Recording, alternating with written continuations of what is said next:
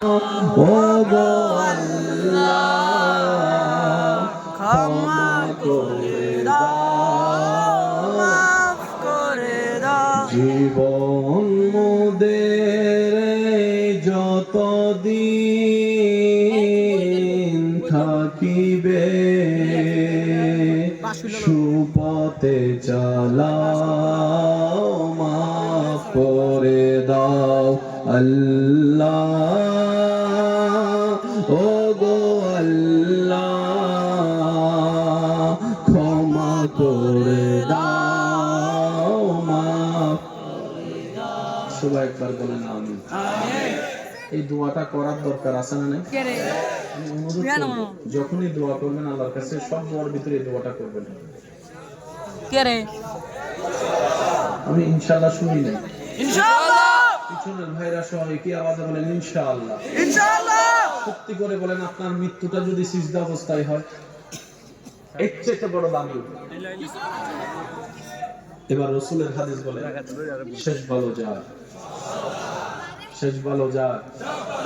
পিছনের ভাইরা বলেন শেষ ভালো যার, সব ভালো যার।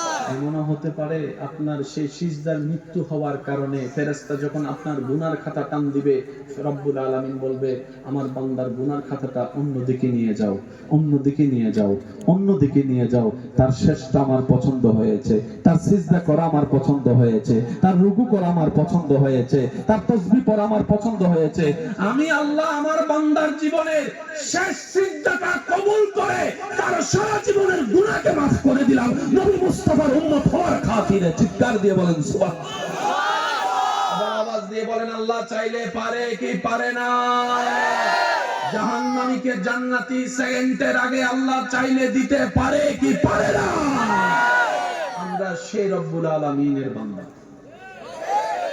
মনটা সবসময় বড় রাখবেন আল্লাহর ব্যাপারে, কিপটামি করেন না। একজন আল্লাহ ওয়ালাকে জিজ্ঞেস করা হয়েছিল, ভাই আল্লাহ কেমন, আপনার আল্লাহ কেমন? উনি উত্তর দিয়েছে, তুমি আল্লাহকে যেমন মনে করবে আল্লাহ তেমন। আচ্ছা না বুঝে একবার কোন সুবহানাল্লাহ আর বুঝাই দিতেছি। নবী বলে তুমি আল্লাহকে যদি দয়াবান মনে করো আল্লাহ তোমার জন্য দয়াবান। সুবহানাল্লাহ বলেন না? আল্লাহর প্রতি যার বিশ্বাস যেমন আল্লাহ তাকে দয়া করো তেমন। সেজন্য আমি বলি ইমানদার ভাইয়েরা মনে রাখবেন, বিপদ যদি কখনো এমন পর্যন্ত পৌঁছায় যায় আপনি আপনার চতুর্দিকে অন্ধকার আর অন্ধকার, আপনি তখনও অন্তরে বিশ্বাস রাখবেন আমার আল্লাহ একজন আছে যিনি চাইলে অন্ধকারকে আলো দিতে পারে, অন্ধকারকে আলো দিতে পারে, অন্ধকারকে আলো দিতে পারে। আমার একজন আল্লাহ আছে যিনি আমার বন্ধু বান্ধব যে গর্তে আমাকে ফেলেছে ওই গর্ত থেকে আমার আল্লাহ তুলতে পারে, তুলতে পারে আমার আল্লাহ। ওই আল্লাহ আমাকে রিজিকের ব্যবস্থা করে দিতে পারে, হায়াতের ব্যবস্থা করে দিতে পারে, সন্তানের ব্যবস্থা আমার আল্লাহ করে দিতে পারে, আমার ব্যবসার ব্যবস্থা আমার আল্লাহ করে দিতে পারে, আমার চাকরির ব্যবস্থা আমার আল্লাহ করে দিতে পারে, আমার অশান্তি শান্তি সংসারে শান্তির ব্যবস্থা আমার আল্লাহ করে দিতে পারে। কথা বলেন ঠিক কিনা? আল্লাহ চাইলে, বলেন আল্লাহ চাইলে। আল্লাহ কখন দিবে? মনে রাখবেন যখন আপনি এই বিশ্বাস অটল থাকবেন আমার আল্লাহ দিতে পারে এবং দিবে।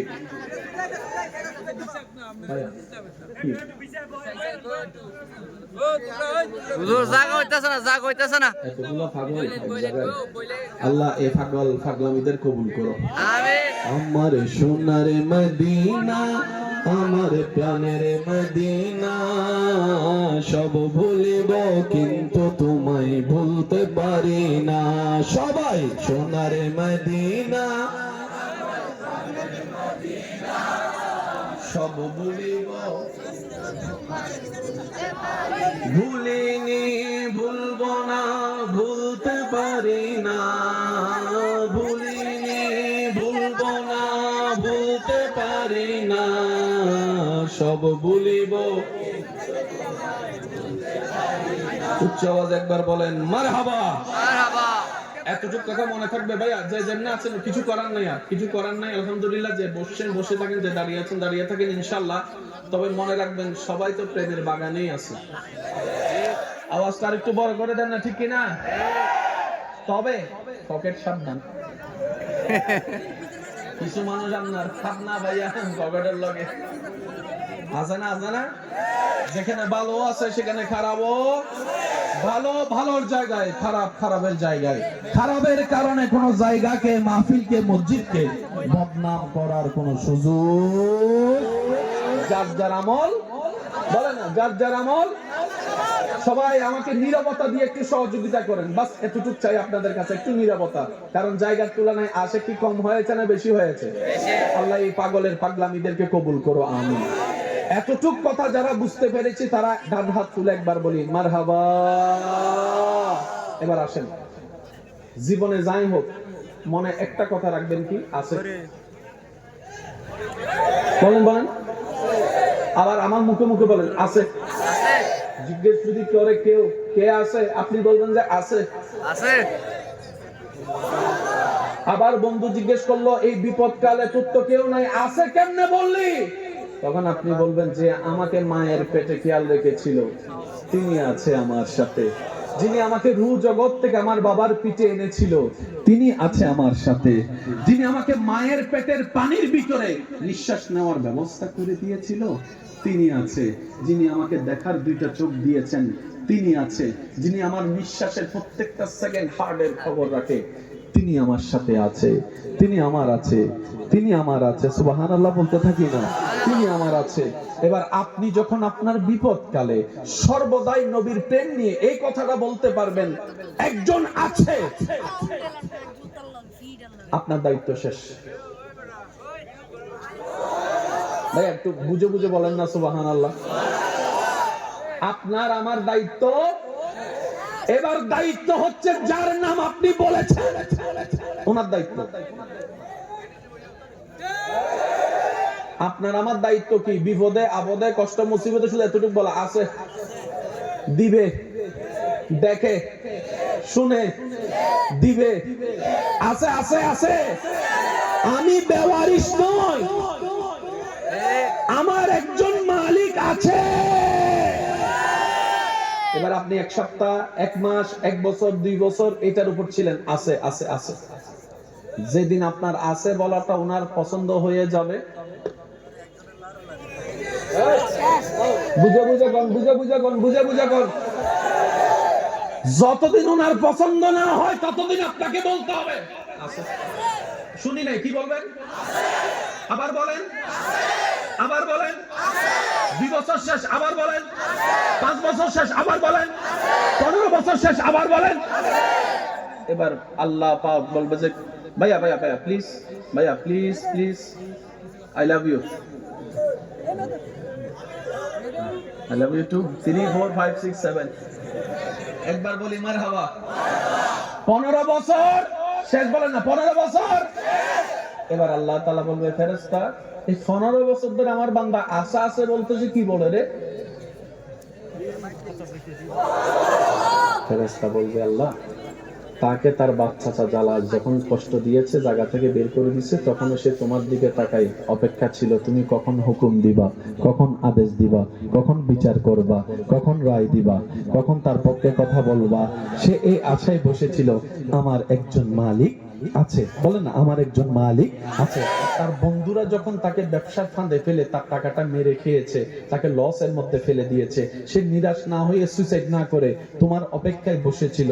যখন ভিসা দিবে বলে 1 নাম্বার ভিসা বলে বিদেশের 2 নাম্বার ভিসা দিয়ে তার সাথে প্রতারণা করেছে, সে সবকিছু জায়গা বিক্রি করে ওই ভিসার টাকাটা দিয়েছিল আল্লাহ। তখন সে নিরাশ হয় নাই, সে বলে যে আমার একজন আছে, আমার একজন আছে, আমার একজন আছে।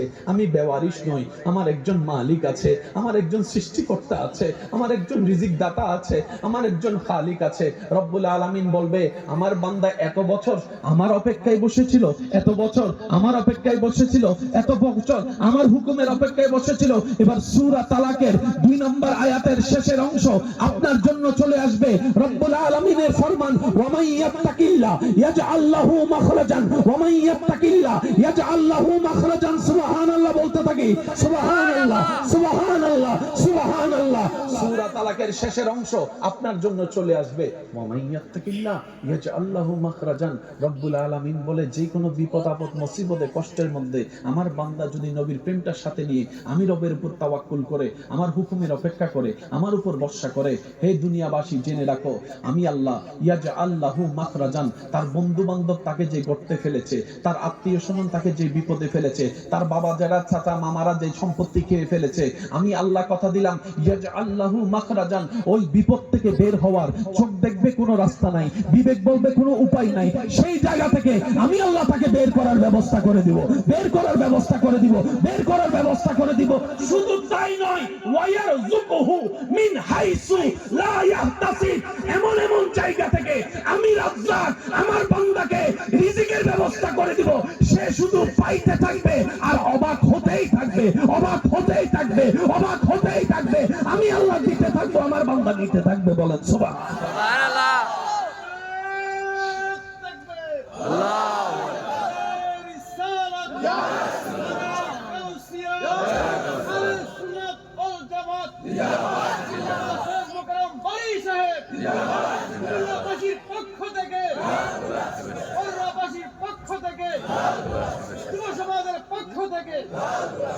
আমার বাইরে উত্তর দিবেন আছে আছে, সবার উত্তর শুনে আছে আছে,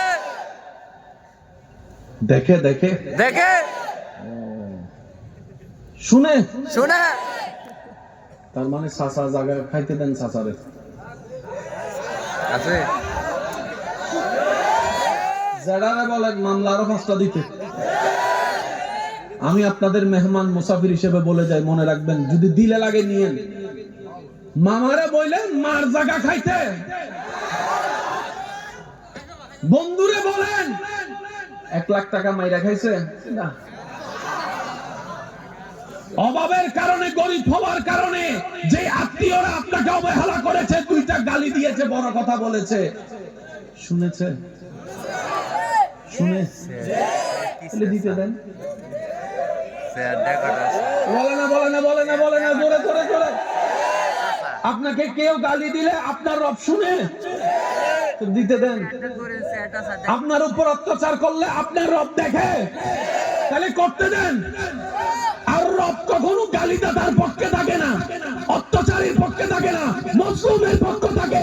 আপনার ছেলেকে বলেন আপনাকে আরো অত্যাচার করতে, দেখবেন সে জালিম হবে, আপনি মজলুম হবেন, আপনার রব আপনার পক্ষে দাঁড়িয়ে যাবে। যেই দিনেই আপনার রব আপনার পক্ষে দাঁড়িয়ে যাবে, ইজ্জত আপনার জন্য, সম্মান আপনার জন্য, টাকা আপনার জন্য, শান্তি আপনার জন্য, জান্নাত আপনার জন্য হয়ে যাবে। 2 হাত তুলে তাকাই বলো ঠিক কিনা? আল্লাহু আকবার। উচ্চ আওয়াজ একবার বলি মারহাবা। যে 2জন যুবক আমাকে, 3-4 জন যুবক আমাকে ভালোবাসেন, আবদার করে একটা কথা বলতে চাই, অনুমতি আছে? বলেন অনুমতি আছে? ধাক্কা খাইলে বলেন, ধাক্কা খাইলে পাক্কা হয়, ধাক্কা খাইলে পাক্কা হওয়ার প্রথম শর্ত হচ্ছে ধাক্কা খাওয়া। ভাইয়া ভাইয়া কথা বলেন না প্লিজ। মাহফিল আদবের জায়গা, মহব্বতের জায়গা, ঠিক না? আমরা যদি এটাকে ধরে রাখতে পারি, এখানে নূর আসবে, রহমত আসবে। আর আমি অনুরোধ করব, যে কোনো মাহফিলে যাবেন ওযু রাখবেন আর টুপি রাখবেন। এতে হবে কি, আপনার ভিতরের শয়তানটা আপনাকে লাগতে পারবে না। ঠিক ঠিক। আচ্ছা সত্যি করে বলেন ভাইয়া, মাঝখানে যুদ্ধ বাজিনি। আচ্ছা দাঁড়াও, ওযু করার পরে কাউকে গালি দিতে ইচ্ছে করে? জি না। ওযু করার পরে মারামারি করতে ইচ্ছে করে? ওযু করার সাথে সাথে দেখবেন আপনার ভিতরে একটা পবিত্র ভাব চলে আসে। সেজন্য ওযু অবস্থায় থাকার চেষ্টা করবেন। নবীজি বলে, যার মৃত্যু ওযু অবস্থায় হবে তার মৃত্যুটা ঈমানের উপর লেখা হয়ে যাবে। সুবহানাল্লাহ। আমাকে যে 2-1 জন ভালোবাসেন, আবদার করে বলি, যতটুক পারেন, যতটুক সময় পারেন ওযুর সাথে থাকার চেষ্টা করবেন। ঠিক। চেষ্টা তো করতে হবে, কারণ নিজে বাঁচলে না পাবেন না। ইনশাআল্লাহ। এই যে কথা বলেন, আরো জোরে বলেন। আমার বাঁচা আমাকে বাঁচতে হবে, ঠিক কি না? আপনার বাঁচার রাস্তা আপনাকে করতে হবে, ঠিক কি না? তো নিজেকে জান্নাতে নেওয়ার জন্য পরিশ্রম করার দরকার আছে না না? আল্লাহ আমাদের সবাইকে তৌফিক দান করুন। এবার বলেন, ধাক্কা খাইলে, সবাই বলতে হবে ধাক্কা খাইলে। তাহলে পাক্কা হওয়ার প্রথম শর্ত ধাক্কা। তো ধাক্কা খাওয়ার জন্য ধাক্কা দেনেওয়ালাও তো লাগবে।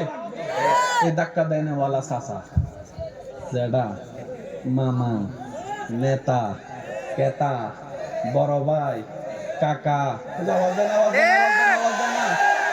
2 নম্বরই বন্ধু, বিষের মধ্যে জালিয়াতি, ওদেরকে ধাক্কা দিতে দেন। এবার আপনি বলবেন ভাই আমার কাজ কি? আপনার কাছে একটা আছে,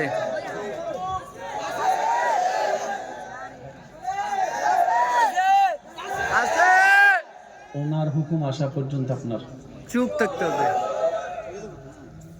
যেদিন ওনার কথা বলা শুরু করবে, তারপরে কইন চাচা আইও, খেলা হবে।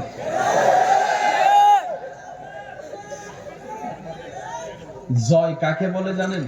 খালি ফিল্ডে গোল দিয়ে জয় করে লাভ কি? এটাকে জয়। যখন বিরোধী দল হবে আর্জেন্টিনা ব্রাজিলের মতো খেলবে, একটা গোল দিলে মনে হবে যেন আপনি বিশ্বকাপ জয় লেগেছেন।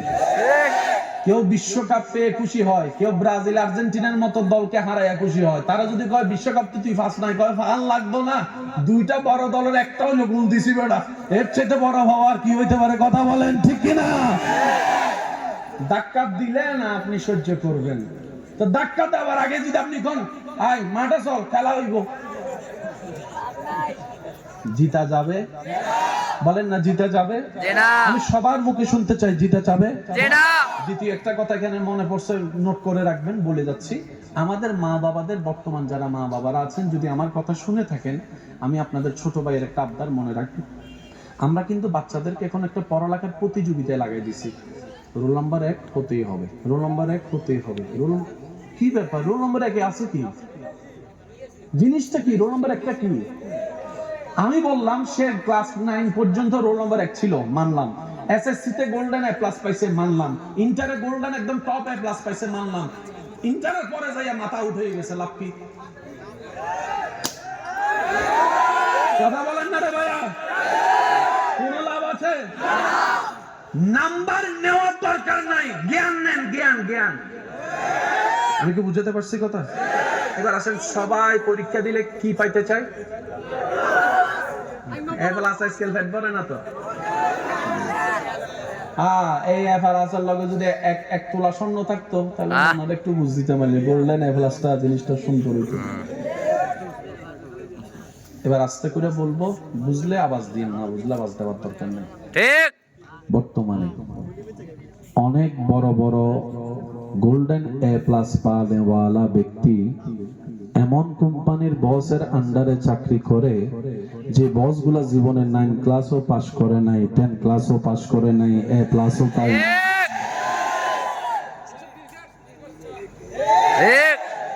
গোল্ডেন এ প্লাস যে পেয়েছে, সে ক্লাস 9 এর সেই বসকে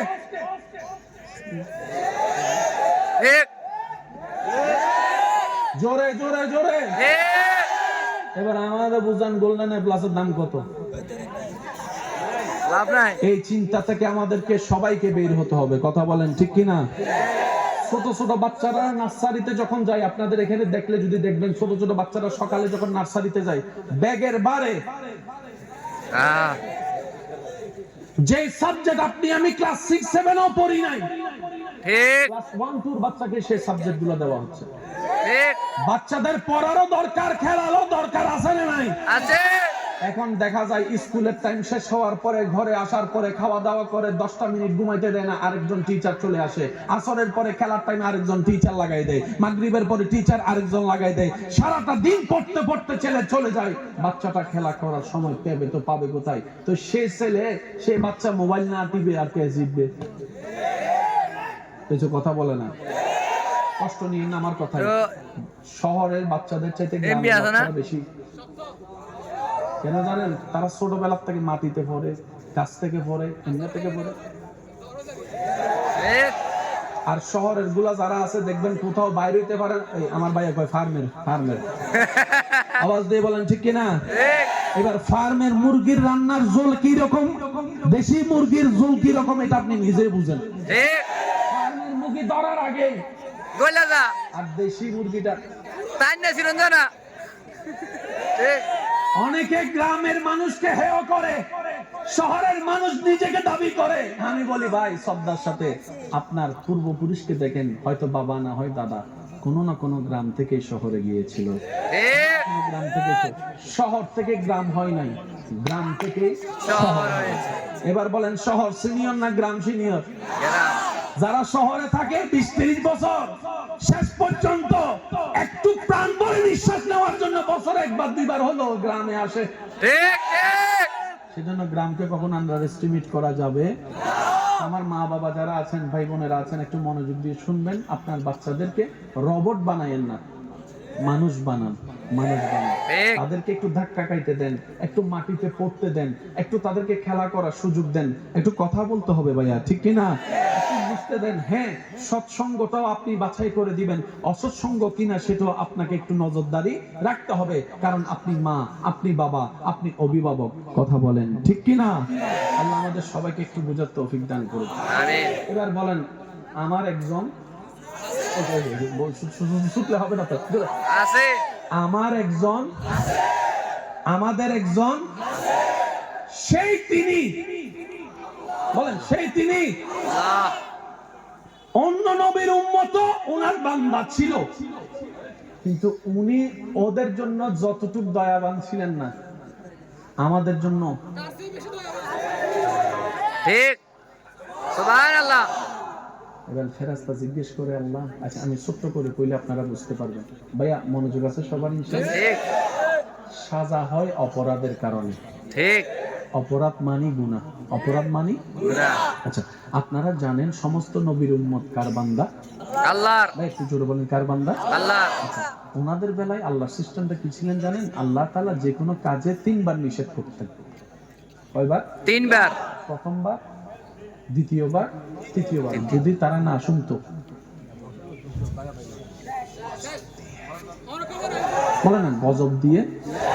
যেমন আপনারা জানেন নূহ আলাইহিস সালামের প্লাবনের কথা জানেন,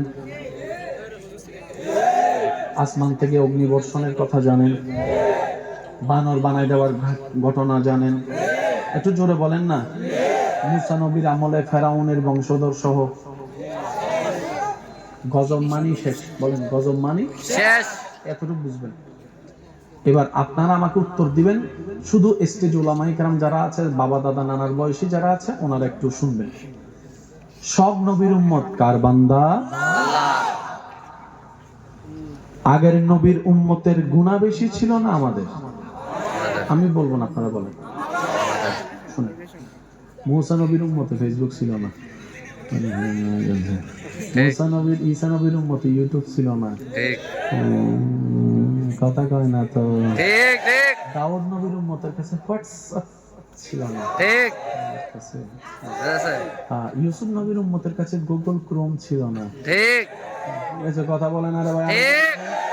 আগের যুগের উম্মতের মধ্যে রেস্টুরেন্ট, ঠিক। আমাদের আগের যুগের উম্মতের মধ্যে কলেজ ভার্সিটির কিসিং মুসিং টিসিং ছিল না, ঠিক। আমাদের সবগুলো। এবার বলেন তুলনামূলক গুনাহ কারা বেশি করি? আমি সবার মুখে একটু শুনতে চাই, কারা? আমরা। তারাও ছিল কার বান্দা? আল্লাহ। আমরাও কার বান্দা? আল্লাহ। তারা ছিল কার জমিনে?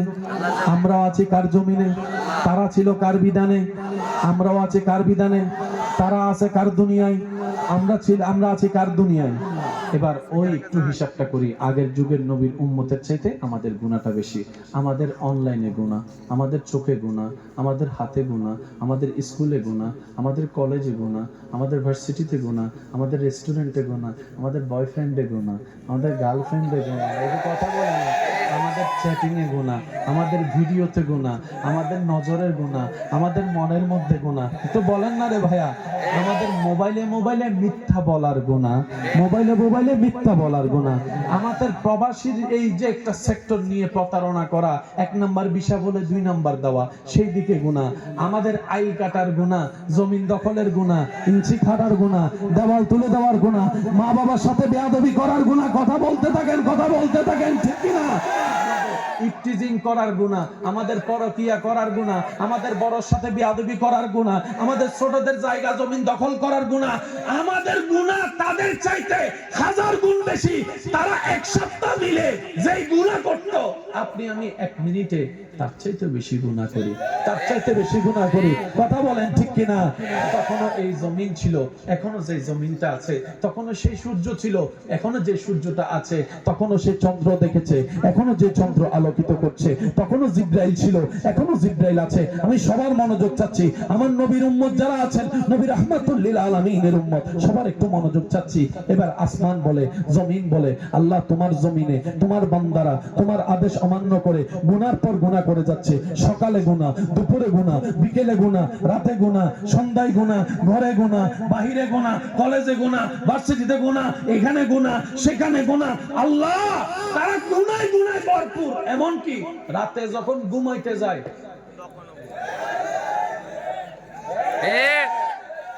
শুনি না, আরো জোরে বলেন, আল্লাহ তারা তখনও গুনাহ করে। আল্লাহ তারা যে এত গুনাহ করে, তুমি আযাব দিবা না, আযাব দিবা না, আযাব দিবা না। মাটি বলে আল্লাহ আযাব দিয়ে ধ্বংস করে দাও, জমিন বলে আযাব দিয়ে ধ্বংস করে দাও, সূর্য বলে আযাব দিয়ে ধ্বংস করে দাও। একটু আওয়াজ দিতে হবে, চন্দ্র বলে আযাব দিয়ে ধ্বংস করে দাও। সমস্ত সৃষ্টি বলে আল্লাহ তারা গুনাহ বেশি করে, আযাব দিয়ে। এই যে ভাইয়া প্লিজ, এই যে আযাব দিয়ে ধ্বংস, রব বলেছে না। সুবহানাল্লাহ। আমি আপনাদের জ্ঞানের কাছে বিচার রাখলাম, মুসা নবীর উম্মত, আল্লাহর বান্দা, আমরাও আল্লাহর বান্দা, তারাও গুনাহগার, আমরাও গুনাহগার। তারা একটা গুনাহ 3 বার করলে মাইর, আমরা একটা গুনাহ 10 বার করার পরও কিভাবে সম্ভব? শুনেন শুনেন, মনে রাখবেন, কোরআন কথা বলে, কোরআন কথা বলে। আল্লাহু আকবার। এবার আল্লাহ তাআলা বলে, ও জমিন তোদের কথা ঠিক আছে, আগের চাইতে এই বান্দারা একটু বেশি গুনাহ করে, তারপর আমি আল্লাহ আযাব দিব না। আসমান আযাব দিব না, জমিন আযাব দিব না, সূর্য আযাব দিব না, চন্দ্র আযাব দিব না। আল্লাহ কেন গো দিব না, কেন গো দিব না? রব বলে যে জমিনে তখন আযাব দিয়েছিলাম যখন সেই জমিনে আমার রাহমাতুল লিল আলামিন নবীকে পাঠাই নাই, আমার রাহমাতুল লিল আলামিন নবীকে পাঠাই নাই, আমার রাহমাতুল লিল আলামিন নবীকে পাঠাই নাই। কোরআন ডাক দেয়, ওয়া মা কানা আল্লাহু লিয়ুযিবাহুম ওয়া আনতা ফীহিম। যেদিন থেকে আমার রাহমাতুল লিল আলামিনকে আমি ধরাই পাঠিয়েছি, ওই নবীর খাতিরে ওই আযাব দেওয়ার সিস্টেমটাই আমি বন্ধ করে দিয়েছি। সবার যা হবে হাসরের ময়দানে বিচার হবে। বলেন সুবহানাল্লাহ। আল্লাহু আকবার। ইয়া রাসূলুল্লাহ, আরে গাছিয়া, ইয়া রাসূলুল্লাহ, আহলে সুন্নাত ওয়াল জামাত, জিন্দাবাদ জিন্দাবাদ, সৈয়দ মোহাম্মদ মুকাররম বারিশাল। আল্লাহ নবীর খাতিরে আমাদের সবাইকে মাফ করে দিন। আমরা সত্যি করে একটা কথা কইবেন, নিজের গুনার কথা তো আমরা সবাই নিজেরটা জানি, অন্যটা না জানলো। আচ্ছা, আমার গুনাহ, আপনার গুনাহ, আমাদের গুনাহ যদি পরিবারের মানুষে জানতো, হ্যাঁ কি বাদ দিত না? আচ্ছা, বাদ দিত না কইছেন, আরেকজনে কইছে কি বাইর করে দিত, বাইর করে দিত। মানে নিজের রক্তের মানুষও যদি আমাদের গুনাহ জানতো, বাইর করা দেওয়ার সময় হেতা কইতো, তুইও কম। জামাই যখন বউরে কইতো এত গুনাহ, বউ কইবো আমিও কইতাম। আল্লাহ পাক বলে, আমি আল্লাহ মানুষের দোষকে গোপন করে রাখে, তাদের ইজ্জতকে বজায় রাখে, ইজ্জতকে বজায় রাখে, ইজ্জতকে। সুবহানাল্লাহ। শুনি নাই? আল্লাহ পাক বলে, আগের যুগের উম্মত গুনাহ করলে আমি গুনাহ প্রকাশ করে দিতাম, কিন্তু তোদের গুনাহ আমি প্রকাশ করব না। কেন জানিস? কেন জানিস? কারণ তোদের সাথে আমার হাবিবের একটা সম্পর্ক আছে। এবার আমি বলতে থাকবো, আপনারা শুধু আমাকে কয়েকজন উত্তর দিবেন। ভাই আপনার নাম? আলমগীর ভাই, হোসাইন ভাই, তুহিন ভাই। আলমগীর, হোসাইন, তুহিন, কয়জন ভাই? 3 জন। আপনি বলে ফেলেন। নাসির, দেখছেন আগামী নির্বাচনে দাঁড়াইবো। কয়জন? এই 4 জন ভাইয়ের নাম কয় রকম, কিন্তু একটা নাম সবার সেম, মুহাম্মদ। শুনি নাই? এবার আমি বলতে থাকলে আপনারা শুধু সুবহানাল্লাহ বলতে থাকবেন, পারবেন ইনশাআল্লাহ? ইনশাআল্লাহ।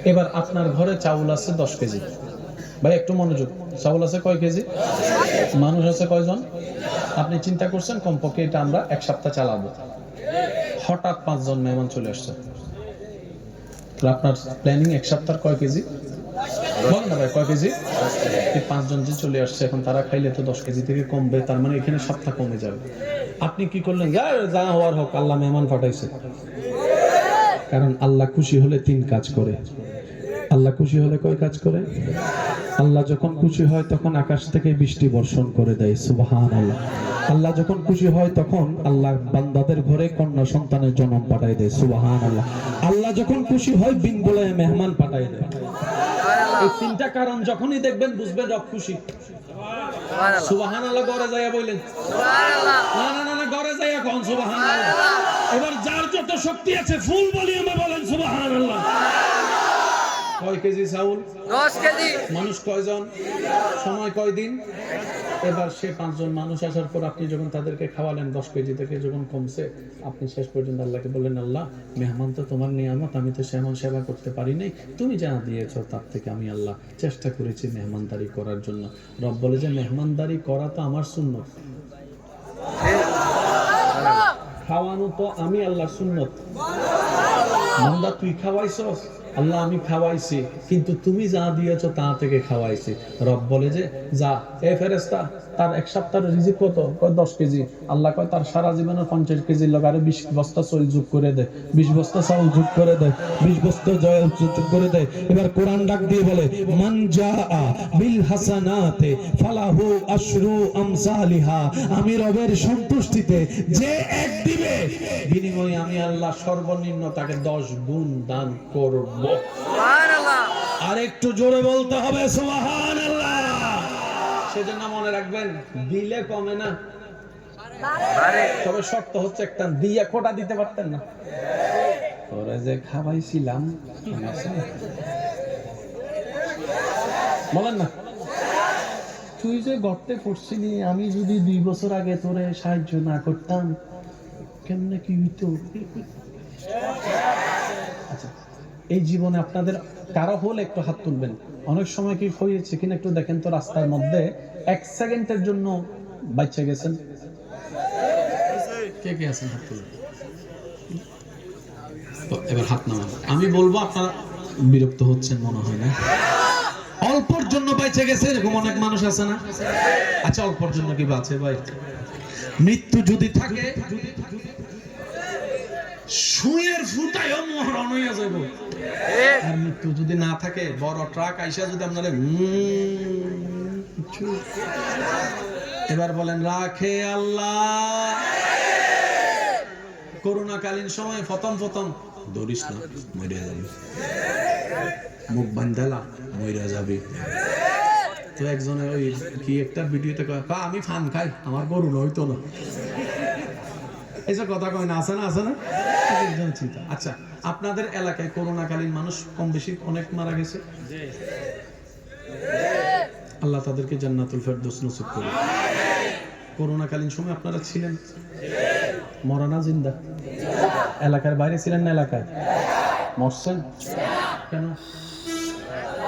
করোনাটা যে কোন জায়গায় লুকায় থাকে কেউ তো চিন্তা না।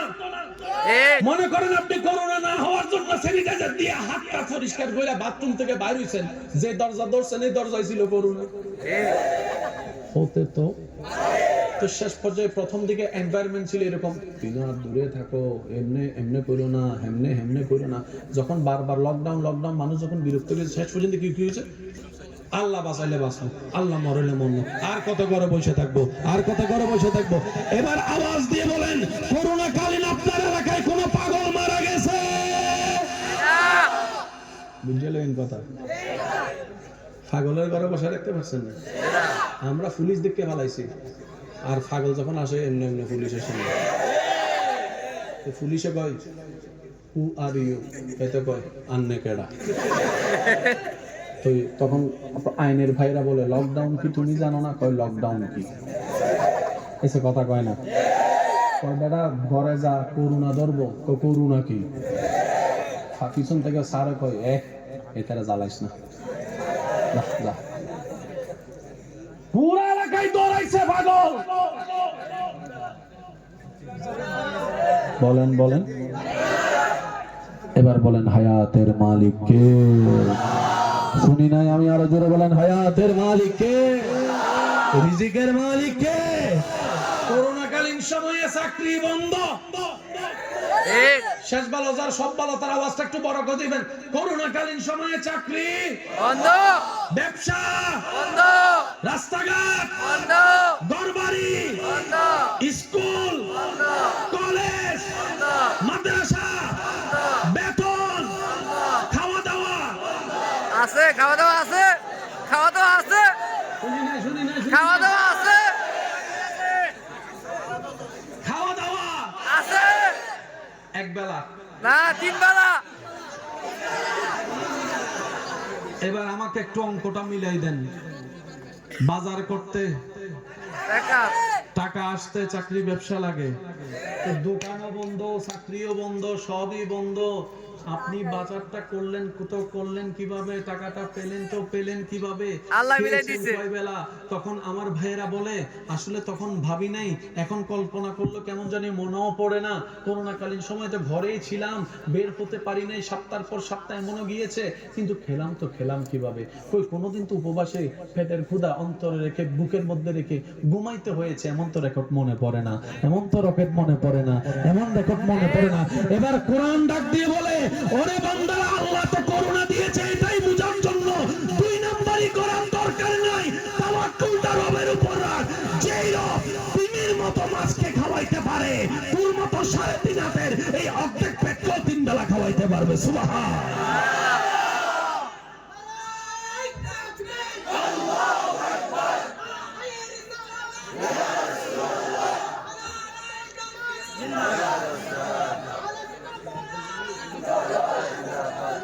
উচ্চ আওয়াজ একবার বলেন মারহাবা। মারহাবা। মাছের মধ্যে সবচেয়ে বড় মাছের নাম কি? এই যুবকরা একটু বলেন, শেষ ভালো যা সব ভালো তাকে কি নাম? ইলিশ, ব্লু হোয়েল, নীল তিমি। নীল তিমি আজকে যে বাচ্চা ডেলিভারি দিছে, তার মাথাটা মনে করেন এই জায়গায়, লেজটা, তার মানে তার পেট কদ্দুর? মোটামুটি আমরা 1000-2000 মানুষ।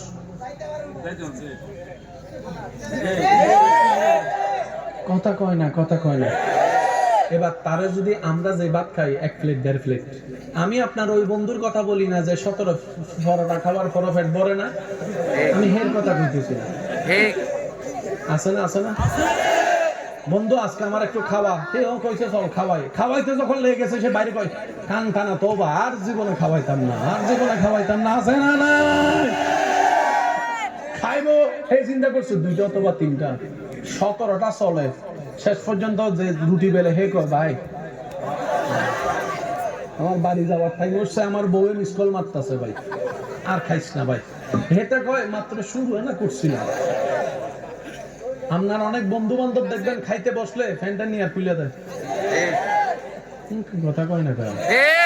যুবকরা এত ঠান্ডা আওয়াজ দিলে হবে না। আছে না নাই? এবার আসেন, সে তিমির পেট যেটা আছে, তিমির কোনো চাকরি ব্যবসা দোকানদারি। এবার তিমির যদি জিজ্ঞেস করেন ভাই জন্মের পর থেকে কখনো উপবাস ছিলা? কয় না, এরকম তো মনে পড়ে না। তো তোর যে সাইজের পেট 1 প্লেট বাদ দিলে তো তুই আমাদেরকে লাথি মেরে ফেলা দিতে পার, কিটা দিছস? তোমার মা বাপ কই? হয় না, আমার মা বাপ জন্ম দেওয়ার পরে কিছুদিন আমার সাথে ছিল, এরপরে আমার মা মার জায়গায় বাপ বাপের জায়গায় চলে গেছে। তো তুমি কি? আমি একা। চাকরি আছে? তো চাকরি কি? তো ব্যবসা আছে নাকি? এখানে পানি তোলে কি ব্যবসা করবি? খাওনি, খাই মানে আমি এক বেলা খাই কমপক্ষে 1 টনের উপরে, 1 টনের উপরে, 1 টনের উপরে, 1 টনের উপরে, 1 টনের উপরে। আমি কই কি থাকো, আমরা কই কি থাকো 1 টন? কই আমার গাল দেখছ না বেটা, গালটা বড় করলো তো তোর ফ্যান্ডল। 1 টনের উপরে। কখনো ক্ষুধার্ত ছিল না? কয় না। আমরা বললাম কেন? কয় এটাই তো আল্লাহ তোদেরকে শিখাতে চাই, মালিকের গোলাম বনে থাক। সুবহানাল্লাহ। শুনি নাই আমি, শুনি নাই। সুবহানাল্লাহ।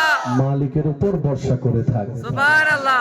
যে রব ছোট্ট ছোট্ট পিঁপড়াকেও খাওয়াইতে পারে, একটু বুঝবেন সুবহানাল্লাহ। যে রব গাছের ঢালে ঘুমন্ত পাখিকে ঘুমন্ত অবস্থায় গাছ থেকে ঢলে পড়ে যেতে দেয় না, যেই রব পুরা আসমানটাকে ছাদ বানায় রেখেছেন খুঁটি ছাড়া, যে রব পুরা পৃথিবীকে পানির উপর ভাসায় রেখেছেন, ও বান্দা, ওই রবের উপর কি বিশ্বাসটা তুই রাখার মতো রাখতে জানিস না?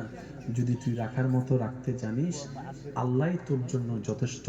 হাসবুনাল্লাহ, হাসবুনাল্লাহ, হাসবুনাল্লাহ, হাসবুনাল্লাহ। দুনিয়াতে যা হোক, যেমন হোক, তোর মন মতো হোক আর না হোক, একটা কথা সর্বদা মনে রাখবেন আমার ইমানদার ভাইয়েরা, মন মতো হলে যদি 2 রাকাত নফল নামাজ পড়েন, মন মতো কোনো কিছু না হলে 4 রাকাত নফল নামাজ পড়ার চেষ্টা করবেন। সুবহানাল্লাহ। মন মতো হলে যদি একবার আলহামদুলিল্লাহ বলেন, মন মতো না হলে 2 বার আলহামদুলিল্লাহ বলার চেষ্টা করবেন। কেন জানেন? কারণ মন মতো হওয়াটা আপনার চাওয়া ছিল, আর যেটা আপনার মন মতো হয় নাই সেটা আপনার রবের চাওয়া হয়েছে, আপনার মালিকের চাওয়া হয়েছে, আপনার খালিকের চাওয়া হয়েছে। বান্দা তো সেই আসল বান্দা যে রবের সন্তুষ্টিতে নিজেকে সন্তুষ্টি রাখতে পারে, সেই তো আসল বান্দা। চিৎকার দিয়ে বলেন সুবহানাল্লাহ। আল্লাহ তাআলা আমাদের সবাইকে রবের প্রিয় বান্দা হয়ে কবরে যাওয়ার তৌফিক দান করুন। আমিন। ইমানদার ভাই, মনোযোগ আছে তো আপনাদের না? এবার বলেন, যে যত 2 নাম্বারই করে কিসের জন্য? আল্লাহর জন্য। জোরে বলেন, একটু দরুদ শরীফ পড়ি। আল্লাহুম্মা সাল্লি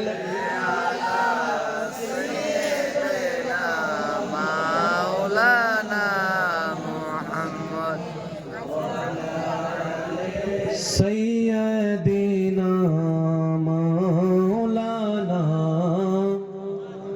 জন্ম আমার নবীর যুগে হলে কেমন হতো, জন্ম আমার নবীর যুগে হলে দুনয়নের রাসূল পাক দেখিলে কেমন হতো, দুনয়নের রাসূল পাক দেখিলে কেমন হতো, জন্ম আমার নবীর যুগে হলে। উচ্চ আওয়াজ একবার বলেন মারহাবা। এবার আমার ভাইয়েরা বলেন, হারাইতে চান না পাইতে চান? বলেন বলেন সবাই। এবার পাইতে চাওয়ার লিস্টি করেন। মনোযোগ আছেন? হ্যাঁ, আইফোন 16 পেতে চাই, নাই মনে হয়, অথচ পকেটে আইফোন 15 পরে রয়েছে, তারপরও ফেট ভরে না। ভাইয়া কথা বলেন না রে ভাই, আছে না? কি কি পেতে চাই একটু লিস্টি করেন, মিলে কিনা দেখেন। আইফোন 16 পেতে পারলে ভালো হতো। ওই ওই কি কারণ ভাই, ওই এটা হেটে হেটে এটা পাইলে ভালো হতো। ঢাকা ভার্সিটি যদি একটু চান্স পাইতাম ভালো হতো। ওই আল আজহার ইউনিভার্সিটিতে যদি একটা সিট পাইতাম ভালো হতো। তারপরে ঘরের সামনে যদি উঠানের জায়গাটা একটু যদি কিনতে পারতাম ভালো হতো। একতলা বিল্ডিংটা যদি 5 তলা বায়না ভাড়া দিতে পারতাম ভালো হতো। ভালো হতো একটু আপনারা বলেন না রে ভাইয়া, কি হতো? ভালো হতো। বিদেশ যদি একটু যেতে পারতাম, ভালো একটা ভালো হতো। ওই ওই হ্যাতিরে যদি একটু ফটাইতে পারতাম, এটা একটু কি হতো? জোরে বলেন, এটা কি হতো? আরো জোরে বলেন, কি হতো? দোকান তো একটা আছে বাজারে, আরো 3টা 4টা দিতে পারলে ভালো হতো। 5টা তো মেয়ে আছে, এবার 2টা ছেলে হলে ভালো হতো। 2টা তো ছেলে আছে, এবার একটা মেয়ে হলে ভালো হতো। আর শরীরটা একটু যদি সুস্থ হইতো ভালো হতো, শরীরটা একটু ফিট হইলে ভালো হতো। জিম করে যদি শরীরটা একটু কোয়া কোয়া বানাতে পারি ভালো হতো। চেহারাটা যদি একটু ফর্সা হয়, এই যে আওয়াজ দেন, আরো জোরে বলেন না। ফেসবুকে যদি লাইক কমেন্টস একটু বেশি আছে ভালো হতো। আর কোন রকম যদি ফেসটা আইডিটা যদি একটু ব্লু ভেরিফাই করতে পারি ভালো হতো। ইউটিউব থেকে যদি ইনকাম একটু বেশি বেশি করা যায়, অন্যের ইজ্জত দরকার হলে নিলাম তুলে লাম, সমস্যা নাই। যখন ভিডিও সব ভাইরাল করে দিব, সমস্যা নাই। ইনকামটাও যদি একটু ভালো হয়, একটু ভালো হয়তো কয় না আরো জোরে কয় না ভালো হতো। তারপরে আমার বন্ধুর ব্যবসাটা যদি একটু লস হতো ভালো হতো, আমার জায়গাটা যদি হতো ভালো হতো। রব বলে, এ বান্দা এত লম্বা লিস্টে কেন? বান্দা বলে যে সব আল্লাহ আমার চাওয়া। রব বলে যে যা চাইতেছিস সব তো আমার সৃষ্টি, তুই স্রষ্টারে চাইলে তো সৃষ্টি সব তোর হয়ে যেত। শুনি নাই, আরো জোরে বলেন। রব বলে আইফোন আমি কি দিতে পারি না? আল্লাহ পারো, তা মানে চাও। আইফোন হলে R15 হবে না, R15 হলে জায়গা হবে না, জায়গা হলে স্বর্ণ হবে না, স্বর্ণ হলে সুস্থ হবে না, সুস্থ হলে টাকা হবে না, টাকা হলে বাড়ি হবে না। কিন্তু আমি রব যদি তোর হয়ে যাই, ইজ্জত তোর হয়ে যাবে, সম্মান তোর হয়ে যাবে, জ্ঞান তোর হয়ে যাবে। সুবহানাল্লাহ, আমি শুনতে পাচ্ছি না।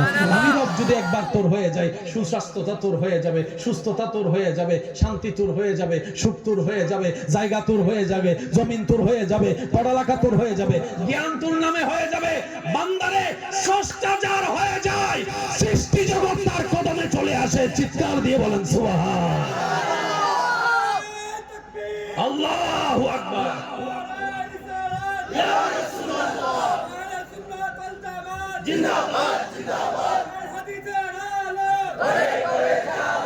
আমার নবীর উম্মতের ইমানি আওয়াজে বলেন মারহাবা।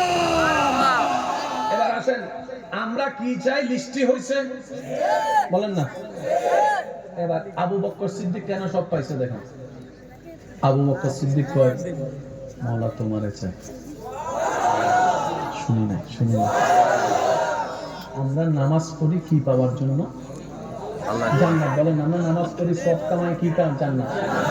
আবু বকর সিদ্দিক ভাইয়া বিরক্ত করছেন, আমি দেওয়ার চেষ্টা করছি। তা আপনারাও যদি আমার সাথে ওই নেওয়ার চেষ্টাটা করেন তাহলে দেওয়াটা সুন্দর হবে।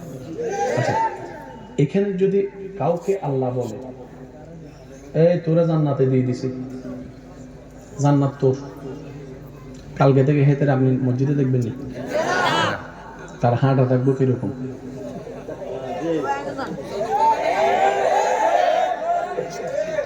মাহফিলে আসলে কমিটির কইব প্লাস্টিকের কিতাছি আর সন্ন্যাসী আর সন্ন্যাসী। তারা যদি কেউ সালাম দেখে গুন, গুনাগারা সালাম নি না, গুনাগারা সালাম নি না, সত্যি না? বলেন, আপনারা বলেন। সে আর বন্ধুরে বন্ধু মনে করবে, আপনকে আপন মনে করবে? জোরে বলেন। শেষ ভালো যার, সব ভালো কি বলেছি? একটু মনোযোগ দিয়ে দেন, আমি অল্প কিছুক্ষণের মধ্যে আপনাদের থেকে বিদায় নিচ্ছি, একটু মনোযোগ দেন। সব ছেড়ে দিবে। সে জান্নাত পাওয়াছে, তার অহংকারে শেষ মদিনার মাটিতে। সাহাবায়ে কেরামের সামনে আল্লাহর হাবিব নবী রাহমাতুল্লিল আলামিন সাহাবাদেরকে নিয়ে বসে আছেন। নবীজি বললেন, ওয়ামা ইউনতিকু আনিল হাওয়াই ইন হুয়া ইল্লা ওয়াহয়ুন ইউহা। ওয়ালা নবী, আল্লাহর হাবিব নবী বললেন, শুনে রাখো, আমার আবু বকরকে আমার আল্লাহ জান্নাতের টিকিট দান করেছেন, আমার ওমরকে জান্নাতের টিকিট দান করেছেন, ইসমাইলকে এই মুবাশশারা 10 জনকে আল্লাহ তাআলা জান্নাতের টিকিট দান করেছেন। আমি নবীকে দিয়ে জানিয়েছেন, আমি নবী জানিয়ে দিলাম। জান্নাতের টিকিট পাওয়ার পরে সবাই সাহাবায়ে কেরামকে আহলান সাহলান মারহাবা দিতে লাগলেন। আমরা তো কবরও যাই নাই, হাসরও যাই নাই, বিচারও হয় নাই, আমরা তো এখনো জান্নাত পাবো কি পাবো না জানি না। আপনারা তো বড় সৌভাগ্যবান, নবী বলেছেন আপনারা জান্নাতি হয়ে গিয়েছেন। সুবহানাল্লাহ। আপনাদের মতো ভাগ্যবান আর কেউ? বলেন, আপনাদের মতো ভাগ্যবান আর কেউ? সিদ্দিক আকবর সবার, আমি সবার আওয়াজ শুনি নাই, বলেন সুবহানাল্লাহ। সবার আগে আবু বকর চলে আসছে। সবাই জিজ্ঞেস করো, সিদ্দিক আকবর, আমরা তো নামাজ পড়ি জান্নাত পাওয়ার জন্য, আপনি তো জান্নাত পেয়ে গেলেন, আসলেন তো আসলেন কেন? সিদ্দিক আকবর বলে, আমি জান্নাত পাওয়ার জন্য আসিনি, আমি আমার মাওলাকে রাজি করার জন্য এসেছি, আমার মাওলাকে রাজি করার জন্য এসেছি, আমার মাওলাকে, আমার রুকু, আমার সিজদা, আমার তাসবিহ, আমার তালিল সবকিছু আমার মালিককে রাজি করার জন্য। এবার আপনারা যদি, আমরা যদি এই সূত্র দিয়ে নিজেকে বিবেচনা করি, দেখবেন অঙ্ক সব ক্লিয়ার হয়ে যাবে। অন্যের আদোষ ধরা লাগবে না, অন্যের আর বদনাম করা লাগবে না। কথা বলেন ঠিক কিনা? অন্যের দোষ খুঁজে খুঁজে নিজের জীবনের সময় নষ্ট করার দরকার, নিজে বাঁচলে বাপের না। আল্লাহ আমাদের সবাইকে বোঝার তৌফিক দান করুন। আমিন। 5 ওয়াক্ত নামাজ আদায় করার তৌফিক দান করুন। আমিন। এখানে যারা শুধু সপ্তাহে শুক্রবার আমি কইতাম না মনে কর, তাও একামতের আগে ডুবে, আল্লাহ আমাদেরকে 5 ওয়াক্ত নামাজ পড়ার তৌফিক দান করুন। শুনি না ভাই, আর একটু জোরে বলেন। শুনেন, 5 ওয়াক্ত নামাজ কেন পড়বেন? উত্তর একটাই, আপনি যদি আল্লাহর জমিনে থাকেন তাহলে 5 ওয়াক্ত নামাজ পড়তে হবে। বুঝতেছেন আমার কথা? আপনি যে জমিনে থাকেন সেটা যদি আল্লাহর হয়, সে আল্লাহর 5 ওয়াক্ত নামাজ আপনাকে, আপনি যদি আল্লাহর দেওয়া রিজিক খান, তাহলে আপনাকে নামাজ, বলেন না আপনাকে নামাজ। মসজিদের মিনার থেকে যখনই আওয়াজ আসবে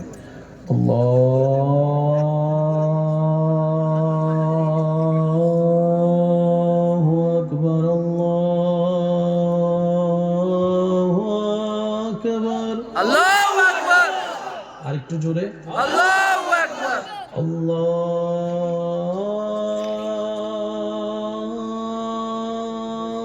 আল্লাহু আকবার।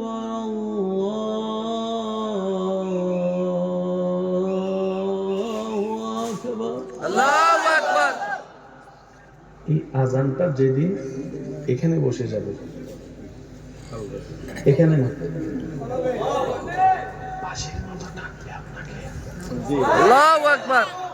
বাঁশির মতো কি করবে? অনেকেই আছেন এখানে ফজরের আজানের সময় অ্যালার্ম দিলে উঠতে পারে না, আবার অনেকে আছে আজান দেওয়ার আগেই চোখ খুলে যায়। ঠিক। বুঝলো না? বুঝলো না? আহলে সুন্নাত ওয়াল জামাত ওলিতলা দরবার শরীফের আলা হযরত মুর্শিদ কিবলা আরাগমুল ভাস্তুলবাসীর পক্ষ থেকে, যুব সমাজের পক্ষ থেকে, ওলিতলা দরবার শরীফের আলা হযরত মুর্শিদ কিবলা আরাগমুল এলাকার পক্ষ থেকে নারে তাকবীর, নারে রিসালাত, নারে গাউসিয়া, আহলে সুন্নাত ওয়াল জামাত হিসাব গাদার গোমল ওলিতলা দরবার শরীফের আলা হযরত মুর্শিদ কিবলা আরাগমুল বাস্তুলবাসীর পক্ষ থেকে